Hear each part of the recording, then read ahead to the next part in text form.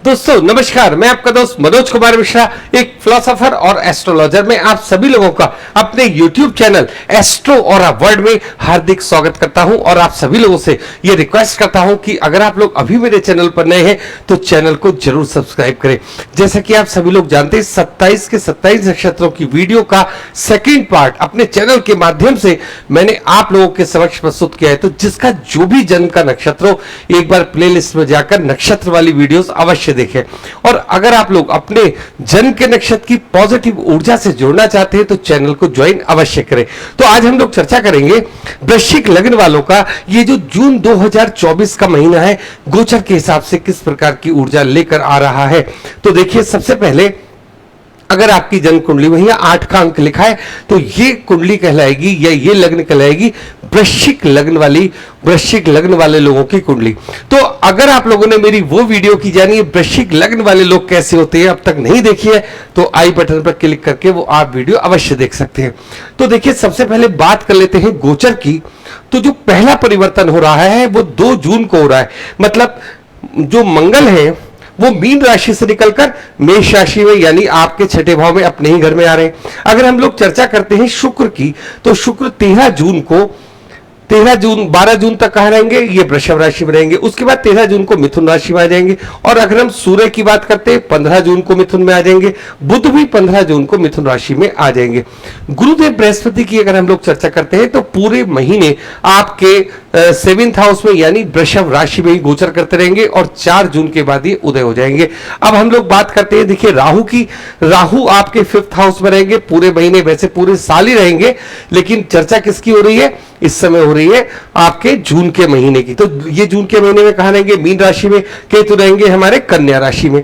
अब देखिए, बात करते हैं शनिदेव महाराज की। शनिदेव महाराज अपनी ही राशि में, कुंभ राशि में आपके 4th स्थान में गोचर करते रहेंगे। अब डेट वाइज प्रेडिक्शन की तरफ आते हैं तो 1 और 2 तारीख 28 से लेकर 29 तक आपको अपने छोटे बहन भाइयों से विवाद से थोड़ा बचना होगा। बात करते हैं 3, 4, 16 से लेकर 18 तक और 30 से 31 तक। ये इस समय ये ऐसा टाइम है जिसमें आपके पास जॉब का कोई ऑफर भी आता है ना, तो अपनी जॉब को चेंज नहीं करना है। अगर हम लोग बात करते हैं 5, 6 और 19, 20 की, तो ट्रबल्ड माइंड रहेगा। इस तरीके का माइंड रहेगा कि आप कोई डिसीजन ले ही नहीं पाओगे इस ढंग से। बात करते हैं तो ऐसे में बड़े डिसीजन आपको टालने हैं। 7 से 8 और 20 से लेकर 21 तक लव एंड रोमांस का टाइम है और ये थोड़ा हमारा खर्चे वाला समय भी रहेगा। 9, 10, 24, 25 नो आर्ग्यूमेंट विद स्पाउस और 11 से लेकर 13 तक हेल्थ इश्यूज देखे जा रहे हैं। 14 से लेकर 18 की बात करते हैं तो ये आपका गुड टाइम माना जा रहा है। तो अब हम लोग देखिए लौटते हैं अपने कुंडली की तरफ। आपकी कुंडली का जो लग्नेश है वो इस समय, मतलब आपकी कुंडली का लग्नेश कौन होता है, मंगल होता है। इसके पास 2 हाउस है, प्रथम हाउस और उसका छठा हाउस। तो इस समय गोचर कहां कर रहे हैं, आपके छठे हाउस में गोचर कर रहे हैं। तो जब मंगल 2 जून को आपके छठे हाउस में आ जाएंगे, सबसे पहले तो आप ये बात मान के चलो कि जब भी लग्नेश का संबंध छठे हाउस से बनता है तो आपके जीवन में संघर्ष बढ़ता है, इसमें कोई दो राय नहीं है। लेकिन संघर्ष के साथ सफलता भी आपको मिलती है। दूसरी बात यह कि जब मंगल रोग ऋण शत्रु वाले खाने में आएंगे तो कोई सा भी आपका दुश्मन हो, कैसे भी आपसे बातचीत करता हो, मतलब अगर आपकी पीठ पीछे वाले भी दुश्मन है तो क्या होगा कि वो आपके सामने आएंगे और मंगल उनका दमन करने का काम करेंगे। तो ये एक सबसे बड़ी बात है। आप अगर इस समय किसी कंपटीशन की, जैसे कुछ स्टूडेंट्स हैं और प्रतियोगिता एग्जाम की तैयारी करते हैं, प्रतियोगी एग्जाम की, तो क्या कर सकते हैं कि ये एक अच्छा समय है कि जब लग्नेश का संबंध 6 हाउस से बनता है। जिन लोगों को जॉब नहीं मिली है, पूरा महीना ये मंगल आपके 6 हाउस में गोचर करेंगे तो आप जॉब के लिए ट्राई कर सकते हैं। आपको जॉब मिलने की पूरी संभावना इस महीने रहेगी। अब देखिए, बात करते हैं आपके सेकंड हाउस की। मालिक कौन है, गुरुदेव बृहस्पति। दूसरा हाउस इनका कौन सा है, 5वां हाउस। बैठे कहां पर है, आपके 7th हाउस में बैठे। हाउस इनके लिए बहुत अच्छा है। मतलब जब भी सेकंड हाउस किस चीज का होता है, सेकंड हाउस होता है हमारे उस पैसे का जिसको हम एफडी वगैरह की फॉर्म में रखते हैं। और अगर हम देखते हैं लॉन्ग टर्म शेयर वगैरह भी, तो हम सारा सेकंड हाउस से देखते हैं। सेकंड हाउस कुटुंब का हाउस भी है और जो भी संस्कार हम लोग अपने जीवन में लेकर आते हैं उनका हाउस भी है। इसके अलावा अगर हम लोग बात करते हैं, इसका मालिक कहां बैठा है, 7th हाउस में बैठा है। इसके साथ काफी सारे ग्रह यहां आप लिखे हुए देख रहे होंगे। लेकिन जब भी सेकंड हाउस का संबंध आपके 7th हाउस से बनता है तो जो लोग बिजनेसमैन है, जो लोग बिजनेस करते हैं, उनकी इनकम बढ़ती है और उसके अतिरिक्त उनकी सेविंग भी बढ़ती है। अगर जैसे मान लीजिए आप कुछ पैसा, बहुत टाइम से ऐसा हो रहा है कि आप ये सोच तो रहे कि हमारी इनकम ये है, कुछ सेव करना चाहते हैं, कुछ बचत करना चाहते हैं, या उसकी एफडी बनवाना चाहते हैं, या लॉन्ग टर्म शेयर खरीदना चाहते हैं, मान लीजिए उस पैसे का जिसकी अभी आपको आवश्यकता नहीं है, तो ये काम आपका बहुत आसानी से बन रहा है। बात कर लेते हैं थर्ड हाउस की। देखिए थर्ड हाउस हमारा आस पड़ोस का भी होता है, छोटे बहन भाइयों का हाउस भी होता है। इसका मालिक है शनि, बैठे कहाँ है? 4th हाउस में बैठे। इस तरीके की कंडीशन जब भी हमारी बनती है तो आप इस बात को मान के चलिए कि जो हमारे, देखिए मैंने आपसे क्या कहा कि ये बहुत सारी डेट्स ऐसी हैं कि जो छोटे बहन भाई है ना कहीं हमसे कंपटीशन का भाव रखेंगे, और प्रॉपर्टी को लेकर कोई विवाद हो या किसी भी प्रकार का ऐसा कानूनी मसला आपके सामने आ सकता है जिसको कि आप कैसे सॉल्व करोगे? बहुत ही विनम्रता के साथ सॉल्व करोगे। क्यों? क्योंकि इसका मालिक 4th हाउस में बैठा है, आपके भौतिक सुख साधनों और मन के सुकून, मन की शांति वाले हाउस में बैठा है, तो आप बिल्कुल भी डिस्टर्ब नहीं होंगे। बस आपको एक चीज का ख्याल यह जरूर रखना है कि उनसे वाद विवाद से थोड़ा सा बचना है, केवल माइंड से काम करना है और आपके सारे काम सॉल्व हो जाएंगे। बात कर लेते हैं हम आपके 4th हाउस की, जिसमें बैठे हैं शनिदेव अपने ही घर में। यहां जब शनि अपने घर में बैठते हैं तो व्यक्ति को एक चीज तो समझनी चाहिए कि 4th हाउस से, देखिए 4th हाउस में शनि जब आपके चल रहे हैं तो इस समय नक्षत्र भी चेंज हो रहा है, सब कुछ। आप एक छोटी सी बात समझिए बस, केवल कि किसी भी व्यक्ति से अगर आपको कोई भी बात इस समय करनी है तो एज ए फ्रंट लाइनर ना करें। जैसे मान लो कोई आपसे मिलने आता है तो पहले आपके बीच में कोई ना कोई व्यक्ति जरूर हो कि जो आपकी बात उनसे कराए, पहले उसका मैसेज आपके तक पहुंचे कि ये आपसे मिलने आए हैं। आप अगर उनको मिलना चाहते हो ठीक है, नहीं तो आप उनको कोई अपॉइंटमेंट दे सकते हैं। मेरा कहने का मतलब सिर्फ यहां पर इतना है कि यहां पर बैठे हुए शनि आपको क्या करेंगे? पैसे की दृष्टिकोण से, भौतिक सुख साधनों के दृष्टिकोण से बहुत मजबूत करेंगे। शर्त इसमें केवल इतनी है कि तुरंत जाकर पब्लिक के बीच में नहीं आपको कोई अपनी ओपिनियन देनी है, कोई बात करनी है। क्योंकि होता क्या है कि आप तो अपनी ओपिनियन दे देते हो लेकिन लोग आपसे बहुत ज्यादा चिढ़ते हैं या ईर्ष्या करते हैं। तो इस तरीके की बात आपको इस महीने में ख्याल रखना है। अब हम लोग बात करते हैं आपके 5th हाउस की। मालिक कौन है इसका? मालिक है गुरुदेव बृहस्पति। बैठे कहां पर है? हमारे 5th हाउस में बैठे।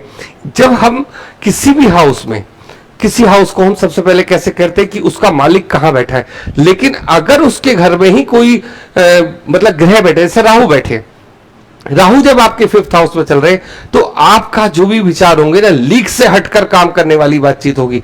अगर आप किसी भी फील्ड में मान लो जॉब करना चाहते हो और आपने एजुकेशन किसी और चीज के लिए, तो आप इस समय बिल्कुल भी ये संकोच मत कीजिएगा कि मुझे किसी अनदर फील्ड में, जैसे मान लीजिए कुछ लोग क्या करते हैं फाइनेंस से एमबीए वगैरह कर लेते हैं लेकिन उनको जॉब मिल रही है मार्केटिंग में।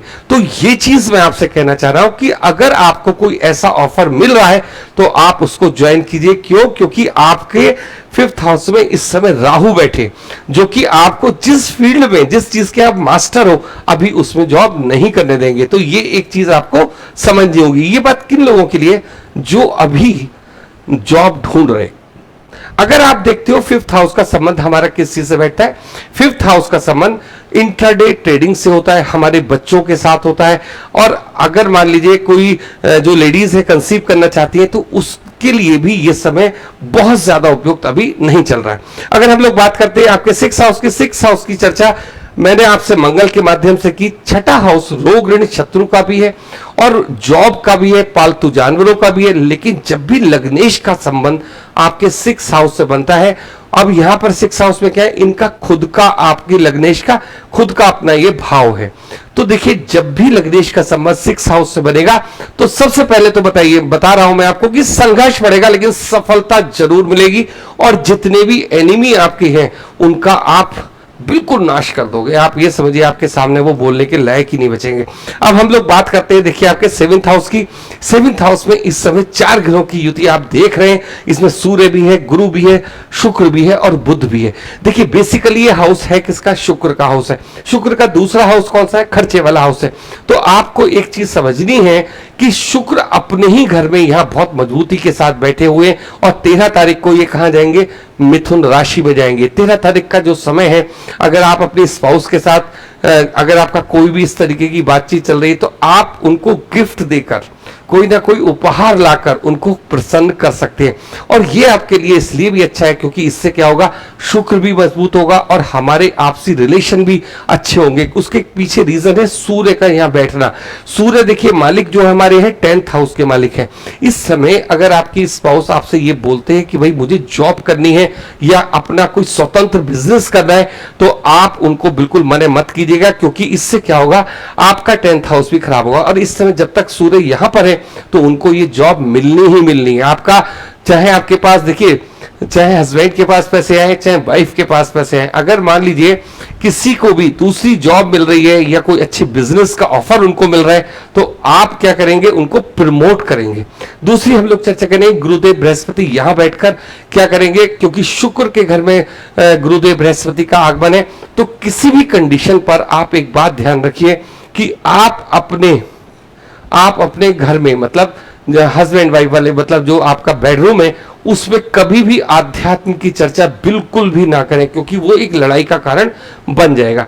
अब हम लोग देखिए बात करते हैं बुध की। मालिक कहाँ के हैं? बुध मालिक हैं 8th हाउस के, और बुध मालिक हैं हमारे प्रॉफिट वाले घर के। अगर मैं आपसे कहता हूं कि बुध का इस समय यहां पर बैठना, हम जो डेली वाला बिजनेस करते हैं कि हमें डेली इनकम कितनी हो रही है, उसको बहुत ज्यादा प्रॉफिट में लेकर जाने के लिए बैठे हुए हैं, तो ये भी आप समझिए 13 तारीख तक का ये समय आपके लिए पैसे के दृष्टिकोण से बहुत अच्छा है। उसके बाद शुक्र जैसे ही हमारे 8th हाउस में आएंगे, तो आप एक चीज का समझिए कि शुक्र का 8th हाउस में आना आपस के विवाद को बढ़ाएगा, मतलब हस्बैंड वाइफ के आपस के विवाद को बढ़ाएगा। इसलिए मैं लगातार आपसे कह रहा हूं कि जब तक शुक्र यहां पर है, कुछ ना कुछ उनका मूड आप अच्छा रखिए, गिफ्ट देकर बढ़िया रखिए अपनी तरफ उनका व्यवहार। और अगर जब ये शुक्र 13 तारीख को यहां से गोचर में 8th हाउस में जाएंगे, तो आपको इन चीजों का भी ख्याल रखना है कि आपको फालतू के वाद विवाद से बचना ही होगा। अब हम लोग बात करते हैं जब सूर्य और बुध, अब हम 8th हाउस की चर्चा करते हैं। पहले 8th हाउस में हम लोग क्या करते हैं, घर किसका है, बुध का। 13 तारीख को शुक्र यहां आ रहे हैं, 15 तारीख को बुध और सूर्य भी यहां पर आ रहे हैं। इस समय जो भी रिसर्च का वर्क है, कोई ऐसा मकान, कोई ऐसी प्रॉपर्टी जो बहुत समय से आपके पास है और आपके पूर्वजों की, अगर आप उसको सेल करना चाहते हैं तो आपके बैंक के अकाउंट में वो पैसा आएगा, मतलब आप ये महीना आराम से कर सकते हैं उसको सेल। दूसरी बात मैं आपसे कहता हूं, वो समय कब होगा, 15 तारीख के बाद आपका होगा। जो भी आपका रिसर्च वर्क है या आप ऑकल्ट साइंस से जुड़े, तो ये आपके लिए 13 तारीख के बाद या कहें 15 तारीख के बाद एक अच्छे मतलब बिजनेस में ये चीज कन्वर्ट होने के योग बने हुए हैं। अब हम लोग चर्चा करेंगे आपसे 9th हाउस की। 9th हाउस है चंद्रमा का, डेली प्रेडिक्शन इसी से होती है। 10th हाउस की चर्चा मैंने सूर्य के माध्यम से की। 10th हाउस का मालिक 7th हाउस से बैठा है।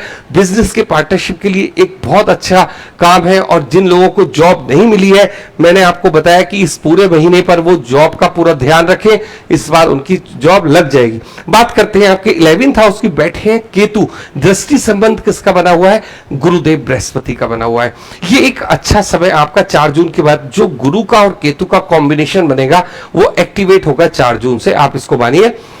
यहां पर जब भी 11th हाउस में केतु होते हैं तो व्यक्ति को समय समय पर कुछ लाभ देते रहते हैं, लेकिन गुरु की जो की दृष्टि यहां पर पंचम दृष्टि पड़ रही है केतु के ऊपर, तो अब 11th हाउस लाभ भवन होने के साथ साथ हमारे दोस्तों का हाउस भी है। तो अब अगर आप किसी नेटवर्क मार्केटिंग से जुड़े हुए या किसी ऐसी फील्ड से जुड़े हुए जिसमें आपका दोस्तों से पाला पड़ता है, मतलब आप उनसे कोई एडवाइस लेते हैं या वो आपके कस्टमर हैं, तो ये समय पूरे जून का महीना आपके लिए बहुत अच्छा साबित होगा। अगर हम लोग बात करते हैं आपके 12th हाउस की, जिसके मालिक है शुक्र, तो देखिए शुक्र का अपने ही घर में, चूंकि शुक्र इस समय अपने ही घर में बैठे 13 तारीख तक, आपको केवल मैंने एक रेमेडी दी है कि आप अपनी पत्नी को गिफ्ट देकर, क्यों गिफ्ट देकर मैंने बात करी, खर्चे के स्वामी भी हैं शुक्र, तो आपको खर्च कहां करना है, अपनी स्पाउस के लिए कुछ ना कुछ खर्च करना होगा, तो ये चीज अच्छी है। उसके बाद 13 तारीख के बाद जब शुक्र 8th हाउस में आ जाएंगे, आपको एक चीज का जरूर ध्यान रखना है कि देखिए जो आपसी वाद विवाद है उससे बचना है, अन्यथा क्या होगा कि कुछ ऐसी प्रॉब्लम्स आप लोग फेस करोगे कि क्या होगा, आपस में किसकी, हस्बैंड वाइफ वाली, वो वाली प्रॉब्लम्स आपको सॉल्व करनी ही होगी। क्योंकि अगर आप थोड़ा सा अपने बोलने पर काबू नहीं रखेंगे तो फिर क्या होगा, ये बात थोड़ा आगे निकल जाती है। तो इसलिए हमें थोड़ा सा इस चीज की तरफ ध्यान देना होगा। अब जिन लोगों की शादी नहीं हुई है, वृश्चिक लग्न वाले लोग जो बहुत समय से शादी के लिए प्रयास करें, तो देखिए गुरुदेव बृहस्पति इस समय 7th हाउस में आपके गोचर कर रहे हैं।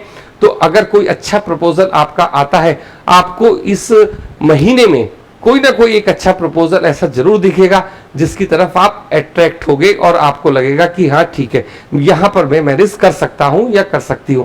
तो इस तरीके की बात आपको अच्छा ऑफर मिलेगा। तो आज के लिए इतनी ही, आप लोगों ने इतना समय दिया उसके लिए बहुत बहुत धन्यवाद। Thank you.